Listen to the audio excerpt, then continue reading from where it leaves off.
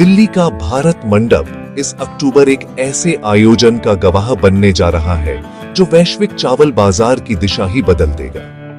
भारत, जो पहले से ही विश्व का सबसे बड़ा चावल निर्यातक है, अब अपने राइस पावर को एक नए मुकाम तक ले जाने की तैयारी में है।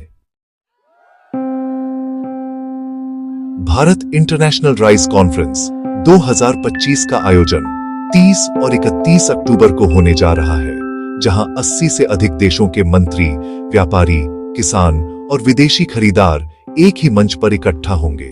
वाणिज्य मंत्रालय, इपीडा और इंडियन राइस एक्सपोर्ट्स फेडरेशन मिलकर इस आयोजन को भारत की अब तक की सबसे बड़ी कृषि कूटनीतिक पहल के रूप में प्रस्तुत करने जा रहे हैं। इस सम्मेलन का उद्देश्य केवल व्यापार नहीं, बल्कि भारत को वैश्विक सस्टेनेबल राइस लीडर के रूप में स्थापित करना है। भारत का इरादा अब केवल बासमती तक सीमित नहीं, बल्कि हर प्रकार के भारतीय चावल को दुनिया के हर हिस्से तक पहुंचाना है। अफ्रीका से लेकर यूरोप, एशिया से अमेरिका तक हर क्षेत्र की मांग और स्वाद के अनुसार भारतीय किस्मों को पुनः निर्देशित किया जाएगा। भारत पहले से ही 172 देशों को चावल निर्यात करता है, लेकिन अब लक्ष्य है कि 1.8 लाख करोड़ डॉलर के नए अवसर खोले जाएं और इस सम्मेलन के दौरान कम से कम 25,000 करोड़ रुपए के निर्यात समझौते साइन हों। यह आयोजन केवल व्यापारिक नहीं, बल्कि भारत के कृषि निर्यात इतिहास का नया अध्याय बनेगा, जहां इंडियन राइस एक ब्रांड नहीं, बल्कि एक पहचान के रूप में उभरेगा। सम्मेलन में स्वाद और संस्कृति का भी विशेष प्रदर्शन होगा। एक कुलिनरी एक्सपीरियंस जोन बनाया गया है, जहां जापान की सुशी, नाइजीरिया का जुलाफ, राइस मिडिल ईस्ट का कब्जा और दक्षिण एशिया के पारंपरिक व्यंजन भारतीय चावल से तैयार किए जाएंगे।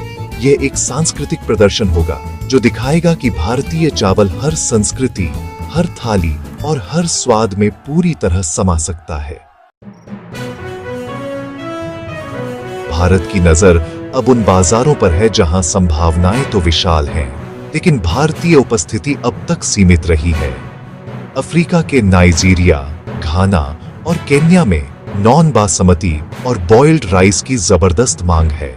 मध्य एशिया के उज्बेकिस्तान और कजाकिस्तान में लॉन्ग ग्रेन इंडिका राइस की जरूरत बढ़ रही है, जबकि यूरोप और अमेरिका में हेल्दी, ऑर्गेनिक और लो कार्ब वैरायटीज की ओर झुकाव बढ़ रहा है। दक्षिण पूर्व एशिया के इंडोनेशिया, फिलीपींस और वियतनाम जैसे देशों में सस्टेनेबल राइस के क्षेत्र में भारत को बड़ा अवसर नजर आ रहा है। एपीडा और IRIF ने इन देशों की स्थानीय खानपान आदतों के अनुसार भारतीय चावल की वैरायटीज को ढालने की कस्टमाइज्ड राइस सॉल्यूशन रणनीति तैयार की है। सम्मेलन में ट्रेड कनेक्ट नामक एक डिजिटल प्लेटफॉर्म लॉन्च किया जाएगा, जो निर्यातकों को एक ही जगह से मार्केट एक्सेस, लॉजिस्टिक सपोर्ट और डॉक्यूमेंटेशन जैसी सभी सुविधाएं देगा। इसके अलावा एक vision and road map document जारी किया जाएगा, जो अगले 6 महीनों के लिए भारत के चावल उद्योग की दिशा तय करेगा। यह पहली बार है जब भारत ने अपने किसी प्रमुख कृषि उत्पाद पर इतनी विशाल अंतर्राष्ट्रीय कॉन्फ्रेंस आयोजित की है। आने वाले वर्षों में यह आयोजन भारतीय किसानों को वैश्विक खरीदारों से सीधे जोड़ने, देश की कृषि अर्थव्यवस्था को नई ऊर्जा देने और भारतीय चावल को ग्लोबल डाइनिंग टेबल पर सबसे ऊपर बैठाने वाला साबित होगा। यह भी पहली बार है जब भारत में केवल निर्यात नहीं, बल्कि रिब्रांडिंग पर जोर दिया जा रहा है।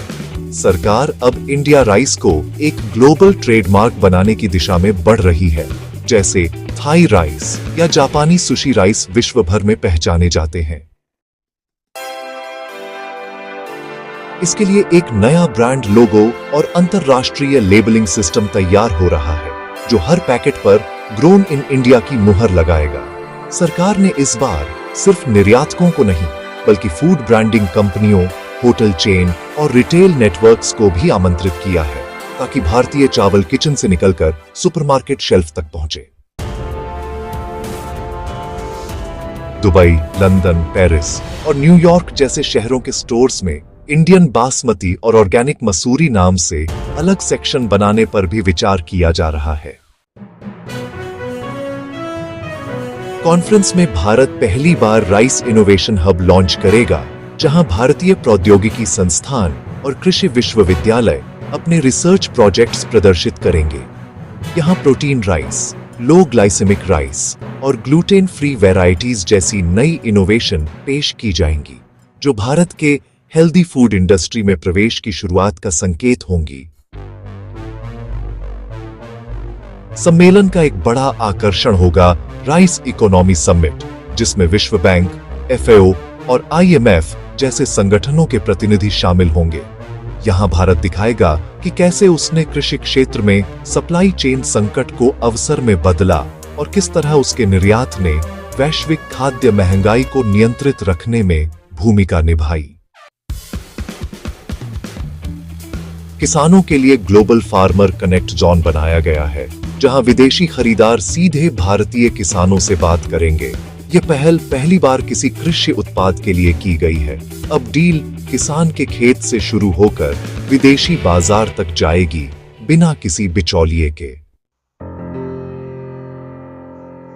इस बार सम्मेलन में राइस एंड रेजिलियंस विषय जोड़ा गया है, जिसमें चर्चा होगी कि युद्ध, जलवायु परिवर्तन और शिपिंग संकट के बावजूद भारत कैसे निरंतर सप्लाई बनाए रखता है।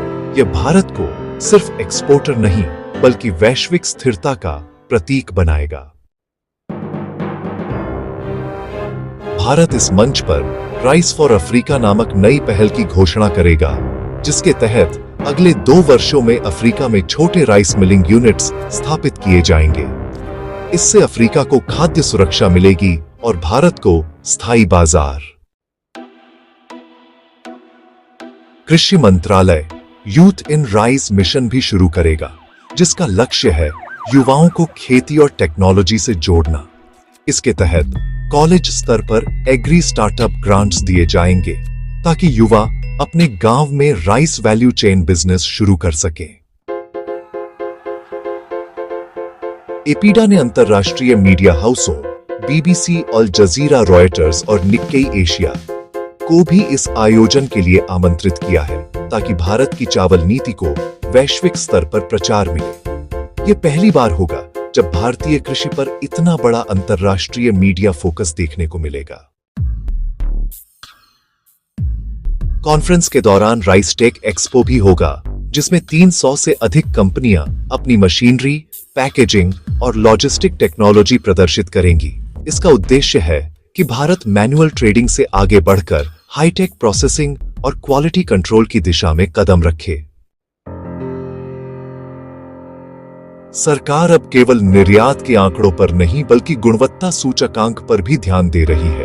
हर राज्य के चावल को GI टैग देने की प्रक्रिया तेज की जा रही है, ताकि विदेशी खरीदार यह जान सकें कि कौन सा चावल किस राज्य से आता है। पंजाब का बासमती, छत्तीसगढ़ का मसूरी या तमिलनाडु का सोना मसूरी। भारतीय बैंक और वित्तीय संस्थान भी इसमें अहम भूमिका निभा रहे हैं।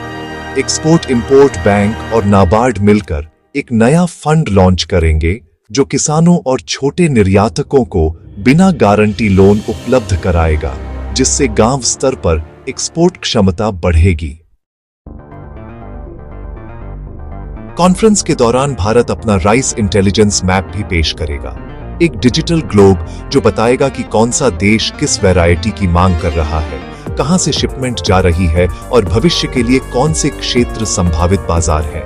यह डेटा आधारित दृष्टिकोण भारत के निर्यात को अधिक वैज्ञानिक बनाएगा। इसके साथ ही राइस कल्चरल पवेलियन में दुनिया की राइस हेरिटेज दिखाई जाएगी। जापान की सुशी, इराक का कब्जा, इंडोनेशिया का नासी गोरेंग, भारत की खिचड़ी, ये दिखाने के लिए कि हर डिश में कहीं न कहीं भारत का दाना मौजूद है। आखिर में यह आयोजन सिर्फ एक व्यापारिक इवेंट नहीं, बल्कि एक कृषि क्रांति की शुरुआत है।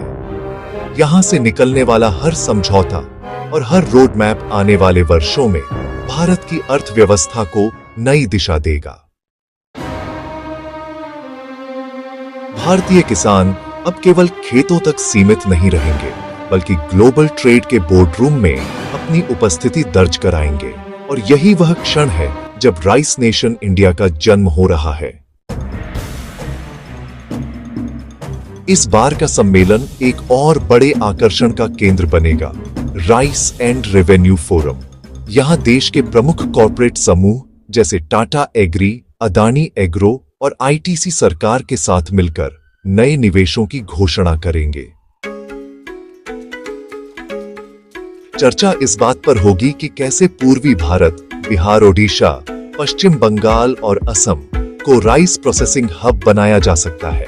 इन राज्यों में उत्पादन तो भरपूर है, लेकिन वैल्यू एडिशन की कमी है, जिसे अब औद्योगिक निवेश से पूरा किया जाएगा। दुनिया की निगाहें इस सम्मेलन पर केवल व्यापारिक नहीं, बल्कि भू राजनीतिक कारणों से भी टिकी है, क्योंकि चीन और थाईलैंड जैसे देश जो अब तक चावल निर्यात में अग्रणी थे, अब भारत के उदय को लेकर सजग हैं। बाकी आप लोग इस पर क्या सोचते हैं? अपनी राय नीचे कमेंट में जरूर बताएं। वीडियो को लाइक, सब्सक्राइब और अपने दोस्तों तक जरूर शेयर करें। जय हिंद।